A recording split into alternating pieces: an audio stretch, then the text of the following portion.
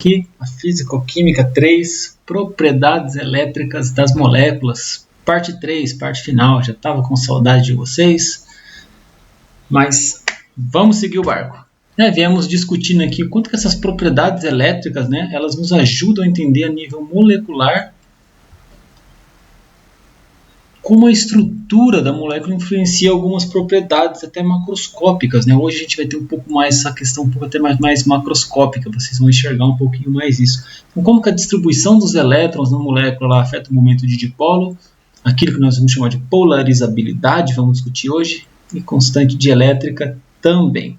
Sem mais delongas, seguimos.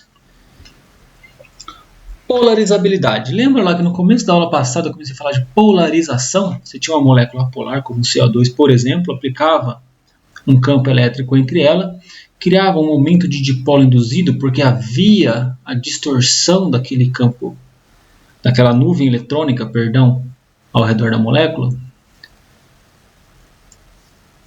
E quanto maior for a força eletrostática que eu aplicar nesse campo, a maior diferença de potencial, mais eu vou conseguir distorcer essa nuvem eletrônica dessa molécula.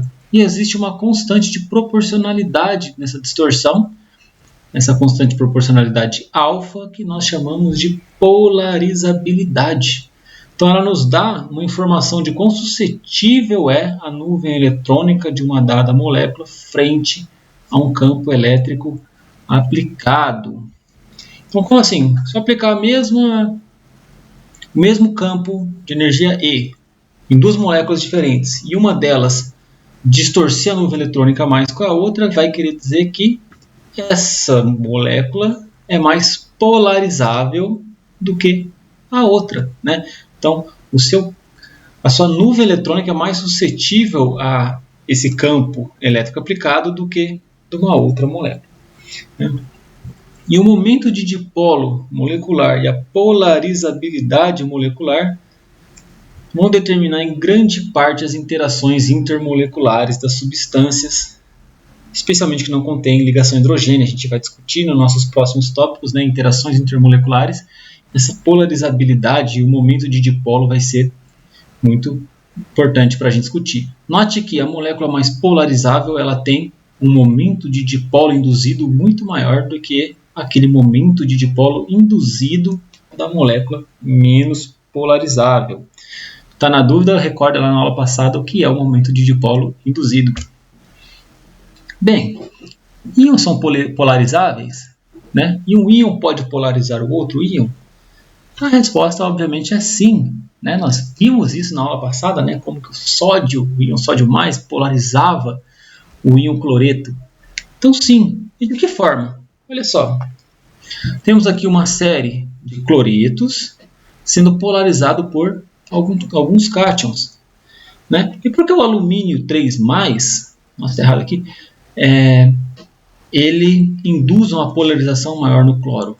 Óbvio, ele tem uma carga maior. Note que o alumínio 3+, está tentando fazer em escala, apesar de ter uma carga 3+, ele é um cátion menor, então ele tem muita carga positiva concentrada. É como se ele tivesse um campo elétrico mais forte. Então, por isso ele consegue polarizar mais um determinado ânion. Da mesma forma, por que o brometo ele é um ânion com maior polarizabilidade? A polarizabilidade vai depender da distorção da nuvem eletrônica.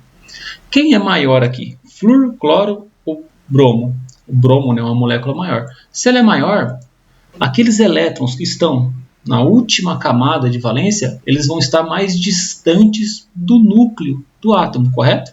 Já que, uma vez que ele é maior, vão estar menos suscetíveis às forças daquele núcleo. Consequentemente, mais fácil é você distorcer aquele elétron para ele sair do seu orbital e se mover para um outro orbital. Consequentemente, mais polarizável vai ser aquele ânion. E isso vale também para as moléculas. Então, a polarizabilidade molecular ela vai aumentar com o aumento do número de elétrons e com o tamanho desse ânion aí. Então, moléculas com nuvens eletrônicas grandes, elas são mais polarizáveis. Lá na química inorgânica, os inorgânicos chamam isso de moleza ou dureza, né? Tinha lá os cátions duros, os ânions moles, duros. O iodeto era um ânion mole, né? Mole por quê? Porque a nuvem eletrônica dele é mais fofa, talvez, né? É mais polarizável, o termo que a gente usa aqui na fisicoquímica. Note que a gente está sempre falando a mesma língua com as outras áreas, né? A gente separa por questão didática, mas é importante vocês estarem ligados que o conhecimento ele todo se conecta. Então tá aí a nossa polarizabilidade, como que a gente calcula ela, temos a nossa formulazinha, na verdade uma unidade pouco usual, né? Coulomb quadrado, metro quadrado por joule. A gente vai usar mais com frequência a polarizabilidade volumar, na qual a gente faz uma correção aqui, para sair com uma unidade em termos de metro cúbico, ou seja, uma unidade de volume. Se a polarizabilidade é o quanto aquela nuvem eletrônica se distorce no espaço, a gente tem essa ideia de volume é melhor, né? Porque quanto maior esse volume de distorção, mais polarizável é aquela molécula, né? Então, olha só, o hidrogênio, H2, molécula bem pequenininha, né? Tem uma polarizabilidade volumar muito pequena. Já uma molécula como o HI, né, iodo, olha só como a polarizabilidade volumar dela é maior. E do tetracloreto de carbono, então, maior ainda, né? Moléculas grandes com uma grande nuvem eletrônica. E há uma correlação direta da polarizabilidade com a energia de separação HOMO e LUMO dos orbitais. Se você não lembra lá da teoria do orbital molecular, o que é o HOMO e o LUMO, eu vou deixar para vocês aqui uma aulinha aqui no slide e lá no nosso material complementar. Mas HOMO seria o Highest Occupied Molecular Orbital, né, o orbital molecular ocupado de mais alta energia, e o LUMO, o orbital molecular de mais baixa energia que não está ocupado.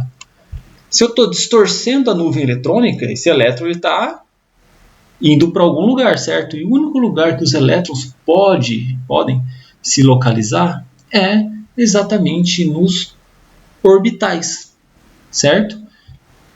Então, o elétron, quando você força essa polarização, ele vai ter que sair de um orbital e ir para outro orbital de maior energia que esteja desocupado. Por isso a gente tem que aplicar um campo elétrico, né? Por isso que a gente tem que fornecer energia para que esse elétron ele possa migrar. E quanto menor essa energia, quanto menor esse delta de energia aqui, mais fácil vai ser para esse elétron andar do HOMO para o LUMO, certo? Então, quanto menor a diferença HOMO-LUMO, mais polarizável é a molécula. Tá? Como a gente pode ver aqui na nossa fórmula aqui, quanto menor esse ΔE, né, essa diferença de energia entre HOMO e LUMO, mais polarizável é a molécula. E quanto maior seu raio atômico, mais polarizável vai ser a molécula também. Então, deixa a questão aí para vocês, né? Moléculas com ΔE pequeno são normalmente moléculas grandes, né? Que tem essa diferença de HOMO-LUMO pequeno. Por quê? Fica a questão aí para vocês pensarem, pesquisarem. Discutimos ela nas aulas, tira dúvidas se assim vocês desejarem. Só para complementar aqui, eu deixei um videozinho aqui e vou deixar o link para vocês, uma ferramenta gratuita chamada Molecule, na qual você pode calcular esses orbitais HOMO-LUMO, né, esses desenhos bonitos aqui, e também aqueles desenhos legais de mapa de potencial eletrostático, né, bastante importante, bastante legal para vocês brincarem aí com as moléculas, se assim desejarem. Por fim, existe uma forma de determinar a polarizabilidade exatamente pela cor de uma solução. Por quê? Quando você tem a transição de um elétron do HOMO para o LUMO, né, uma transição eletrônica, esse nível de transição ele normalmente acontece na região visível do espectro. Se é uma região visível, você absorve uma cor e através da energia necessária para citar, por exemplo, o iodo aqui, a energia necessária aqui, mais ou menos 550 nanômetros, né?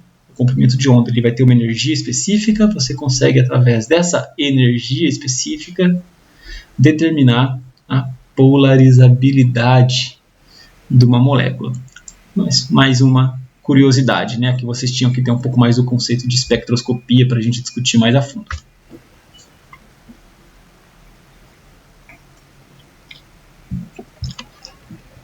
Saindo um pouco aqui da polarizabilidade para daqui a pouco voltar nela, por que uma solução aquosa, os íons sódio mais e cloreto, eles não se atraem formando NaCl, né? Já pararam para pensar nisso, né? Provavelmente já, né? Se tem um íon positivo, um íon negativo, eles tenderiam a se juntar, né? Não ficar como íons na solução. O que acontece ali? Então, numa solução aquosa, a gente tem que esses íons eles são hidratados pelas moléculas de água, tá? E isso acaba blindando esse efeito de cargas aí.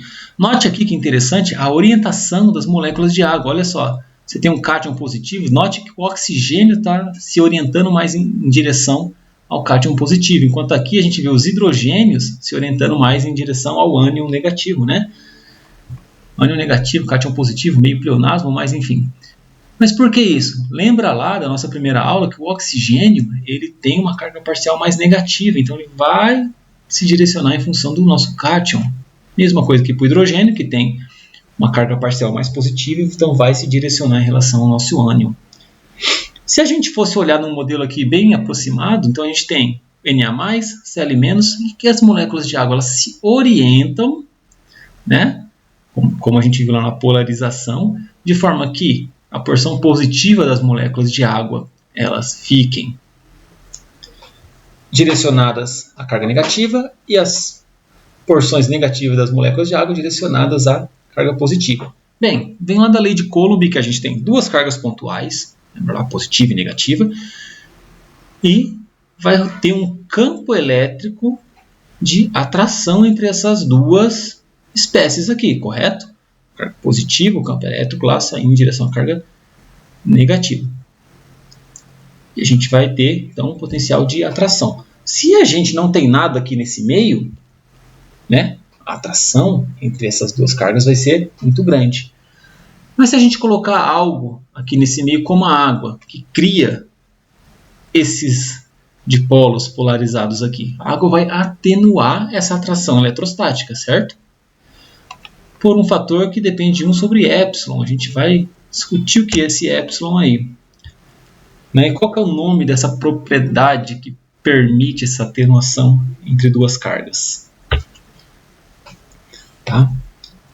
Chegamos lá, no nosso nome. Então, aqui só para a gente ver, né? Então, temos dois capacitores, duas cargas. Quando a gente tem, por exemplo, moléculas de água entre esses capacitores, nós vimos lá que a molécula de água ela tende a ficar orientada em função do campo elétrico gerado entre essas duas cargas aqui. Tá ok? De modo que as cargas parciais positivas encostem na placa metálica mais negativa e as cargas parciais negativas da água se encostem nas placas positivas. De novo, atenuando a diferença de potencial entre essas duas placas aqui, né? Ou reduzindo a diferença de potencial entre elas. O momento de dipolo elétrico e a polarizabilidade tem algo a ver com isso? Né? Claro que sim, né? A gente estudou o quanto esse dipolo pode orientar essa molécula e o quanto essa molécula é polarizável também por esse campo, né? Criando aquele dipolo induzido. Então, tanto o dipolo permanente quanto o dipolo induzido, que é uma consequência da polarizabilidade, né? Da distorção do campo da nuvem eletrônica da molécula, vão influenciar nessa propriedade aí. E essa propriedade ela é chamada de constante dielétrica, dada pela letra εr, ou permissividade relativa. Permissividade relativa é o nome mais correto, tá? Mais moderno, mas todo mundo conhece como constante dielétrica, né? Tentaram mudar o nome aí, mas não pegou. Enfim, tanto no livro quanto aqui nas minhas aulas, os dois termos eles são sinônimos. Eu vou usar os dois a depender do momento aí. O que é essa propriedade? Ela mede exatamente aquela característica de o quanto um certo meio vai atenuar duas cargas em relação àquelas duas cargas no vácuo. Então a gente tem duas cargas no vácuo e temos esse ε0 aqui. Se lembrar lá da lei de Coulomb, quem viu a nossa revisão lá vai ver isso aí, que nós chamamos de permissividade no vácuo. É o quanto o vácuo diminui essa atração entre essas duas cargas, ou o campo médio entre essas duas cargas aí. E a constante dielétrica vai ser uma constante de proporcionalidade que vai estar nesse meio aqui entre essas duas cargas.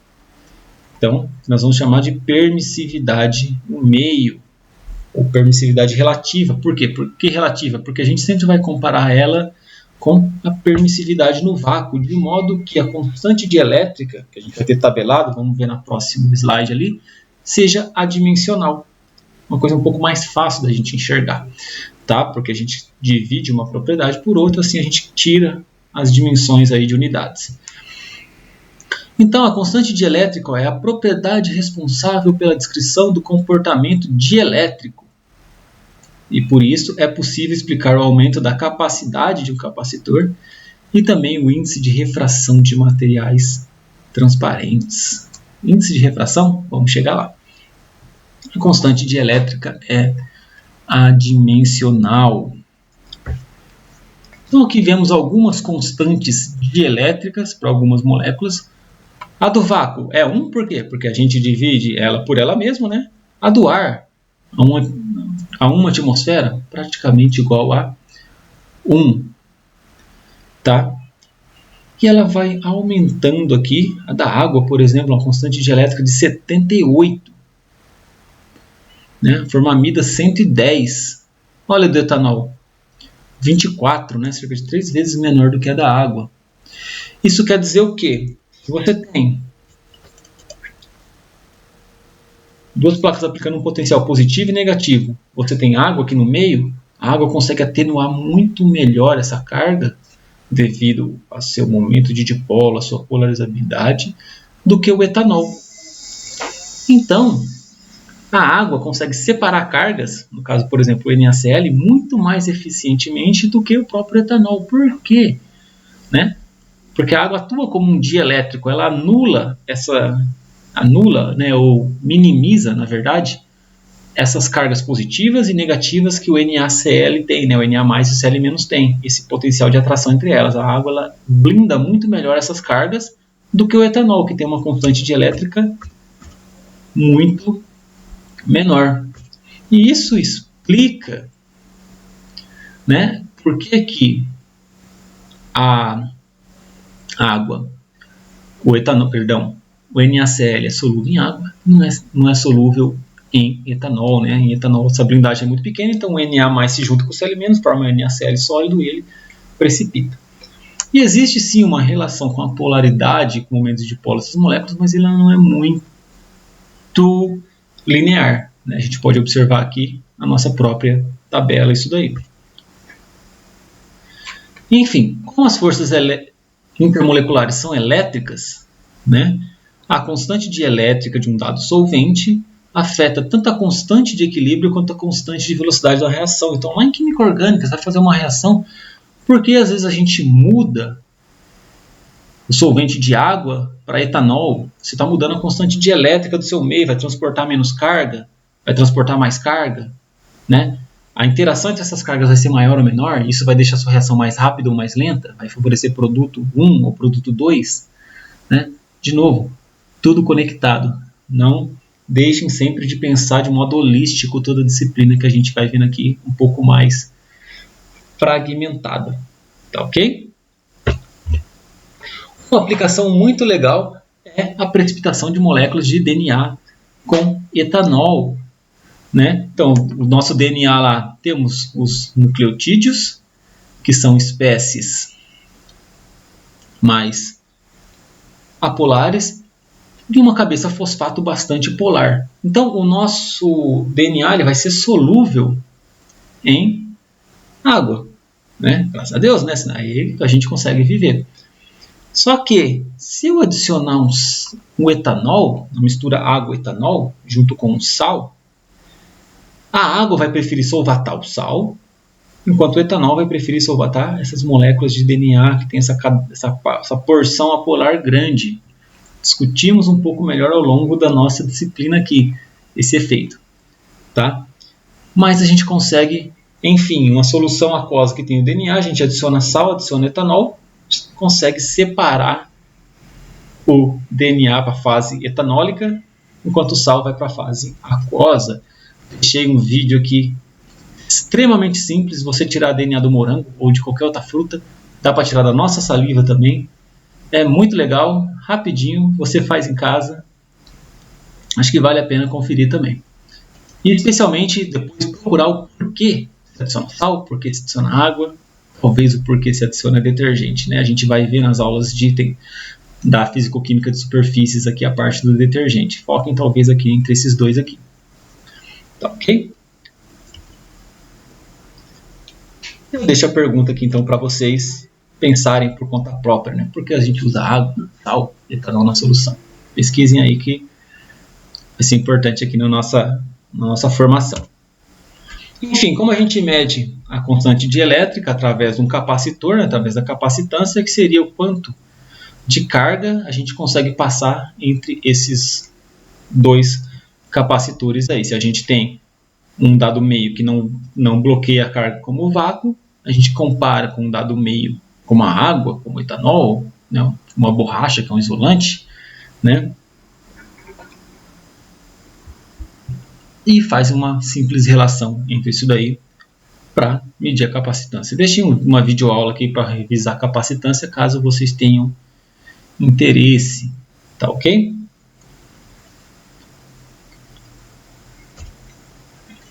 Por fim, chegamos ao que nós chamamos de polarização molar. Lembra que a gente falou da polarização, né? Um campo elétrico, ele afeta a nuvem eletrônica de uma dada molécula?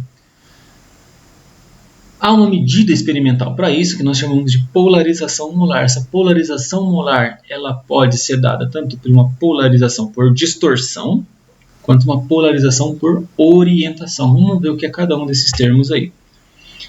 A polarização por distorção, ela pode ocorrer tanto em moléculas polares como moléculas apolares. Tá? Ela é uma polarização proveniente da deformação nas posições dos núcleos em relação ao campo elétrico externo. Lembra lá que eu mostrei do CO2? Que tinha uma distorção daquele campo elétrico da nuvem eletrônica em função do campo elétrico? Essa é uma polarização por distorção. Você tem uma distorção da nuvem eletrônica. Notem que ela depende da polarizabilidade, obviamente, né? O quanto essa nuvem elétrica se distorce em função do campo elétrico aplicado. Já a polarização por orientação é aquela polarização proveniente do movimento dos dipolos permanentes. Então, note que a polarização por orientação ela ocorre apenas em moléculas polares. É esse tipo de polarização que acontece lá no nosso micro-ondas, né? A onda vem, a molécula se movimenta de água. A onda vai, né, no seu fluxo de onda, né, a radiação vem, a molécula de água vai se movendo conforme aquele campo elétrico da luz, da irradiação eletromagnética, vai passando, a molécula vai se movendo junto, vai então tendo uma polarização que depende da orientação do campo eletromagnético da luz. Note que ela depende do momento de dipolo permanente. Se esse for zero, a molécula polar, nós não temos polarização de orientação, tá? E depende da agitação térmica, né? Como eu falei lá também, quanto maior a temperatura, maior a agitação térmica, menos esses dipolos vão conseguir se alinhar em função desse campo elétrico ou eletromagnético que está passando. Um detalhe importante que faz diferença nos exercícios, tá? É aqui, ó. Essa polarização por orientação, ela é perdida se a frequência de oscilação no campo elétrico aplicado é maior do que 10 elevado a 11 Hz, que é mais ou menos a radiação micro-ondas, pois as moléculas não conseguem acompanhar a modificação da orientação do campo elétrico. O que a gente tem? Pensa que o dipolo da molécula de água, radiação micro-ondas. A radiação vem, o dipolo se orienta em função da radiação. A radiação continua andando, né? É uma onda, o dipolo acompanha. A radiação vai, o dipolo acompanha. Então, conforme a frequência dessa luz, né, a luz vai passando, o dipolo vai acompanhando essa frequência. Se a gente aumenta essa frequência, não tem tempo hábil para a molécula se mover e voltar. Então a frequência está tão rápida, tipo, a frequência vai cair aqui, a molécula vai se mover, ela já subiu, a molécula não sobe. Então é tão rápido, né? Se você aumenta acima desse nível de frequência, que a molécula não vai mais acompanhar aquela onda eletromagnética que está passando ali. Então você perde essa polarização por orientação se a gente usar radiações com energias acima da radiação do micro-ondas. Então, alguns exercícios, você citou uma molécula com a linha D do sódio, que é uma radiação que cai na região visível. Ela tem uma energia muito maior que essa daqui. Então, lá nos cálculos, a gente vai poder desconsiderar esse efeito da polarização de orientação na polarização molar das moléculas. A nossa polarização molar, ela basicamente vai depender da soma dessas duas porções aqui, tá? Onde ρ é a densidade da nossa substância, tá? A massa molar dela, nessa dada chamada equação de Debye, né? Que também traz a polarização molar, ou através da soma desses dois efeitos, da polarização por distorção e por orientação. Verifiquem lá o livro para melhor entender a dedução aqui dessas formulazinhas. Agora trazer um exemplo que também está lá no nosso livro, né? Como a gente consegue determinar o momento de dipolo e a polarizabilidade de uma certa molécula, aqui no caso a cânfora. Como que a gente faz? A gente mede a constante dielétrica da solução em diferentes temperaturas. Conforme a gente vai mudando a temperatura, a constante dielétrica muda. Por quê? Pesquise lá. E também mede a densidade da nossa solução, que também muda em função da temperatura. Por quê? Né? Esse aí é bem fácil para a gente lembrar. A constante dielétrica nos permite calcular a polarizabilidade molar para cada temperatura. E através da nossa equação aqui, a gente pode montar uma equação de reta, na qual y é igual a polarizabilidade molar e nosso eixo x 1 sobre t. Aí estão os dados, montamos a nossa curva. O nosso coeficiente linear vai ser isso daqui. No Avogadro a gente tem a permissividade no vácuo, uma constante, a gente consegue calcular então a polarizabilidade. Note que a polarizabilidade, não a volumar. A gente usa a nossa correção e chegamos na polarizabilidade volumar da molécula de cânfora.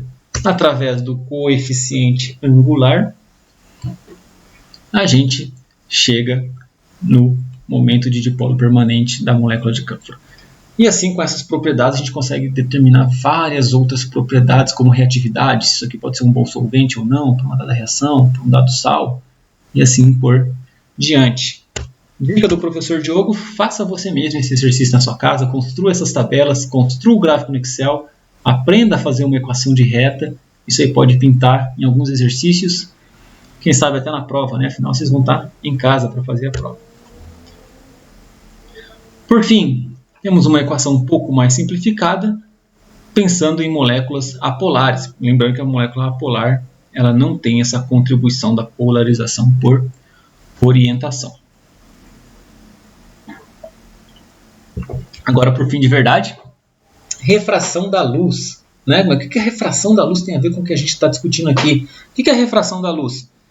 É aquele desvio que a luz tem quando ela passa para diferentes meios. Por quê? Porque a luz ela caminha com velocidades diferentes em meios diferentes. A gente pode determinar isso através da angulação, né, a lei de Snell, ou através da constante dielétrica, como eu vou mostrar ali para vocês no próximo slide. Mas o que é interessante a gente notar aqui? A luz ela caminha no ar, que a gente viu tem uma constante dielétrica igual a do vácuo. Então ela caminha com uma certa velocidade, certo? Se ela entra, por exemplo, na água, a constante dielétrica da água é diferente. Lembra que a luz é uma onda eletromagnética?